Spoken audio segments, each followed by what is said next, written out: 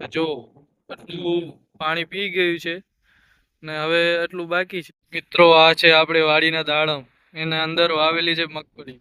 એટલે તો swimming pool એ કે નો બેહું. તો મિત્રો આપણી વાડીની અંદર આવી ગયો છે જો આવા કામ કરે છે. અત્યારે અમે પાણી હલાવ્યું હતું.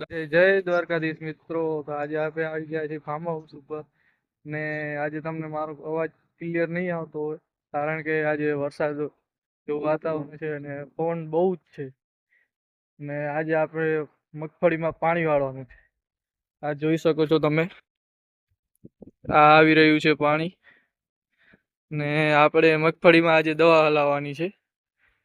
આ જોઈ શકો છો, આ છે દવા. આ પાણી આવે છે અને આપણે દવા ચાલુ કરવાની છે. મિત્રો આ છે આપણે વાડીના દાડમ, એના અંદર વાવેલી છે મગફળી. દાડમ બોલે તો અના અના જોઈ શકો છો. ને આ છે પપીતા, પપીતા, પપૈયું. શું? પપૈયું. ને હવે તમે દૂરથી જોઈ શકો છો આપણી વાડી. આ એક મોટું ઝાડ છે, આ નાળિયેરી છે બધી, તમે જોઈ શકો. આપણી વાડીમાં બીજી એક વસ્તુ વાવેલી છે જે આપણી ગાય ભેંસને સારામાં સારી માનવામાં આવે છે, જેને કહેવાય છે સાયન્ટિફિક ભાષામાં મેઝ કહેવાય. મેઝ એટલે કે મકાઈ. હું તમને બતાવું. આ જોઈ શકો છો, આ મકાઈ છે. આ આપણે ગાય કે ભેંસને ખવડાવીએ તો બહુ એટલે બહુ સારા રિઝલ્ટો મળે છે. તેનાથી ગાયો ભેંસોના દૂધમાં વધારો આવે છે અને ખૂબ ખૂબ સારા ઓલા છે, રિઝલ્ટો છે મેઝ ખવડાવવાથી. એટલે તમે પણ આ મેઝ વાવો અને તમારા ગાય ભેંસને ખવડાવો. તો મિત્રો હવે આપણે ડ્રમમાં દવા પણ ઓછી થઈ ગઈ છે તો આપણે ભરીએ. તમને બતાવું કેવી રીતે હું ભરું છું દવા. આ જોઈ શકો છો, આટલી ઓછી થઈ ગઈ છે ને આનામાં પણ ઓછી છે. જુઓ તમે, આમાંથી લઈ આવી રીતે આમાં ઠલાવવાનું.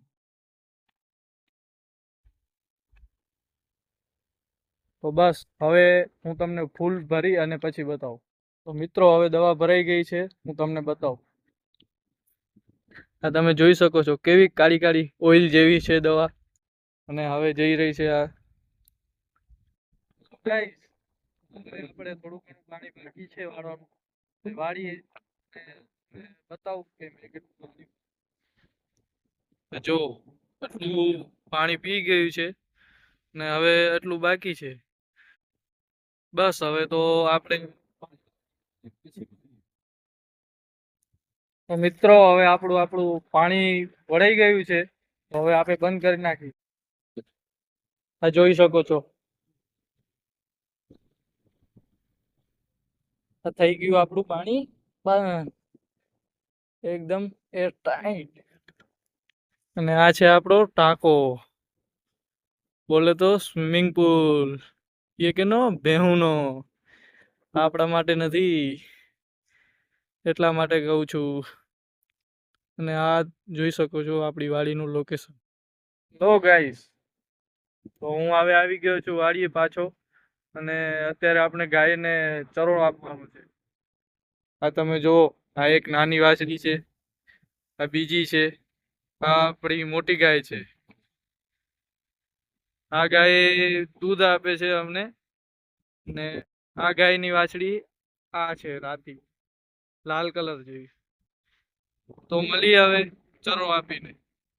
આપણી વાડીએ ગાયો જેને કહેવાય છે નેપિયર ગ્રાસ ને ત્યાં અમારે ત્યાં લોકલ ભાષામાં ગજરા કહેવાય છે. હું તમને બતાવું. છે આપણે વાઢી લીધો છે ગાય માટે ને અત્યારે ગાયને કાપી દેશું. તો મિત્રો હવે આપણે ગાયને ચરો આપી દીધો છે. તમે જોઈ શકો. આ વાછડીનું નામ છે રામલી, એ પણ ચરો ખાય છે. પછી આ છે ટીલડી, કારણ કે એના માથા ઉપર ટીલું છે એટલે નામ આપ્યું છે. આ છે આપણી મોટી ગાય, એનું નામ છે સાઈ. તો આપી દીધો છે આપે ચરો, અને કેવો મસ્ત મજાના ખાય છે. તો હવે આપણે પણ ખાઈ લઈ અને પછી મળી. મિત્રો, આ અમારી વાડી છે, જે શાકભાજી છે, ઘરે તમે ખાઈ શકો, લીલી શાકભાજી. હું તમને બતાવું. આ છે ગોવાર, એનું શાક થાય. પછી આ છે ભીંડા. પછી આ છે ચોળી, અને ખારક પણ છે. આવી હોય તો આવી જાજો, જલ્દીથી પહોંચી જાજો. તો મિત્રો, આપણી વાડીની અંદર આવી ગયો છે. જો તમને બતાવું, મને જોઈને ભાગી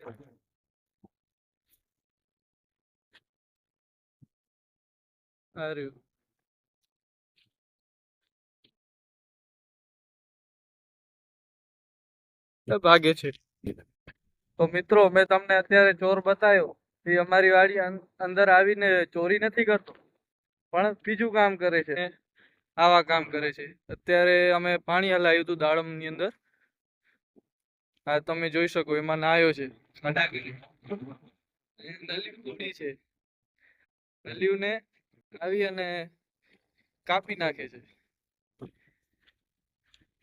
એ કાપે કેવી રીતે છે ખબર છે? આવી અને ડાયરેક્ટ આ રિયા નલી છે, એનામાં આમ દાંત ભરાવે એટલે આખી નલી કપાઈ જાય. ને આ જો તમે, આખું પાણી પાણી કરી નાખ્યું છે. બધું પાણી પાણી એના કારણે થયું છે. પાછા દેખો તમે, આ બધા એના પગ છે. અને મિત્રો, તમને આ મારા નવા એક બ્લોગ વિડીયોની અંદર મજા આવી હોય અને જોવાની મજા આવી હોય તો લાઈક, શેર અને સબસ્ક્રાઈબ કરી નાખજો. અને ના મજા આવી હોય તો શક્કરપારા ખાઈને હોઈ જાજો. તો મળીએ હવે બીજા બ્લોગ વિડીયોની અંદર. ત્યાં સુધી જય હિન્દ અને જય ભારત.